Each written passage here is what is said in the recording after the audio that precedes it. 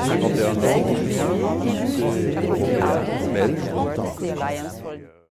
Si on arrive ici comme député, on est dans différents comités, des comités des différents sujets, par exemple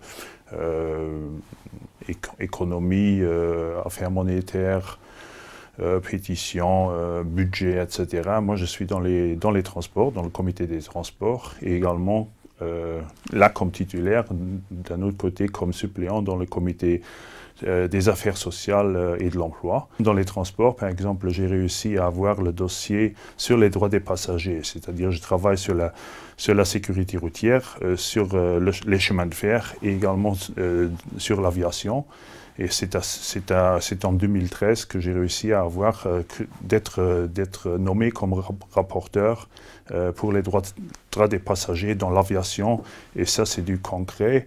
Et là, je me suis battu oui, avec un grand engagement. On a vu une soixantaine de différentes organisations, d'acteurs, tous qui sont représentés dans l'aviation. Et là, là, on a du concret pour le passager, pour le consommateur, ces droits qui existent depuis 2004, qui ont évolué en cours des 10 dernières années. Et maintenant, on a fait une nouvelle proposition premièrement pour une clarification, une meilleure information et plus de droits pour les passagers. Pour le moment, dans le texte actuel, on a différentes lacunes. Et on a une panoplie de jurisprudence, c'est-à-dire de jugements de la Cour européenne. C'était notre travail de clarifier, de donner une meilleure information aux clients, plus de transparence de prix, déjà lors de la réservation, lors du booking, mais également lorsqu'il y a des problèmes, lorsqu'il y a des incidents, lorsqu'il y a des retards, lorsqu'il y a des annulations, avec une prise en charge, une assistance pour le passager en cas de problème, mais également une aide supplémentaire lorsqu'il doit faire valoir ses droits, c'est-à-dire pour poser une plainte, etc. Maintenant, on a cette position du Parlement européen, et de l'autre côté, on attend maintenant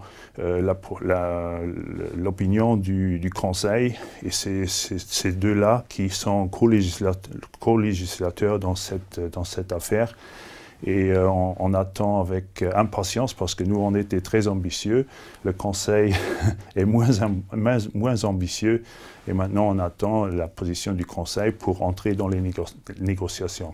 On espère pour 2015, parce que maintenant il y a le Conseil, la présidence grecque vient à terme, c'est-à-dire ne considère plus c'est pas une de leurs priorités pour le moment.